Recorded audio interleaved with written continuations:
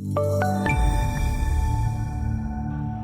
Virginia McGathey here on the floor at the CME Group reporting on the grain market. Today in soybeans, it was really a mixed bag. It seemed that the increased demand lifted the market somewhat, but then also the prospect of increasing acres kind of like shut it back down. So even though the market opened a little bit stronger, it got some selling and it really pushed it down. We did get some exports out there. Maybe 120,000 metric tons went to Argentina. Argentina is really starting to step up and buy our soybeans because they are really in a drought-stricken area and having trouble. Also, another 140,000 metric tons went to Mexico as well. So we would have thought that that would have lifted the market up, but I think it's got everybody just a little bit nervous, like on the sidelines, trying to figure out exactly what to do. Certainly after the report, the stocks have been up globally around the world, and then a little bit lower. So I think that everyone's a little bit tired and just moving to the sidelines right now. We're still waiting for other news to kind of give us a little bit better direction. That being said, the corn was sagging a little bit today, and maybe that's what kind of pulled down the soybeans because it was the only commodity that was up today.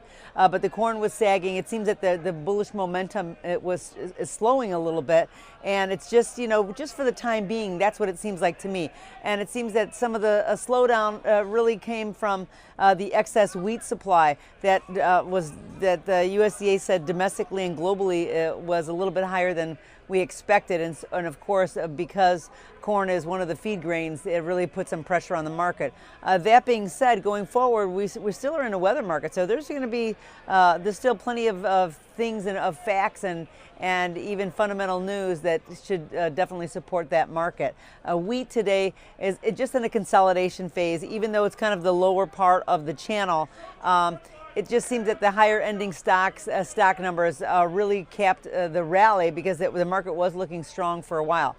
Now, there is still weather issues in the southern plains of the U.S. And so at some point, that maybe the rally will, catch fire again and get the bulls back rolling. But for the time being, it's kind of like settling down. So the USDA supply and demand report really, we're adding stock numbers domestically and globally, and it seems to me that possibly we're just in an adjustment period right now. But over the next couple of weeks, I still expect that there's going to be other news that will give the shot in the arm that we're kind of looking for.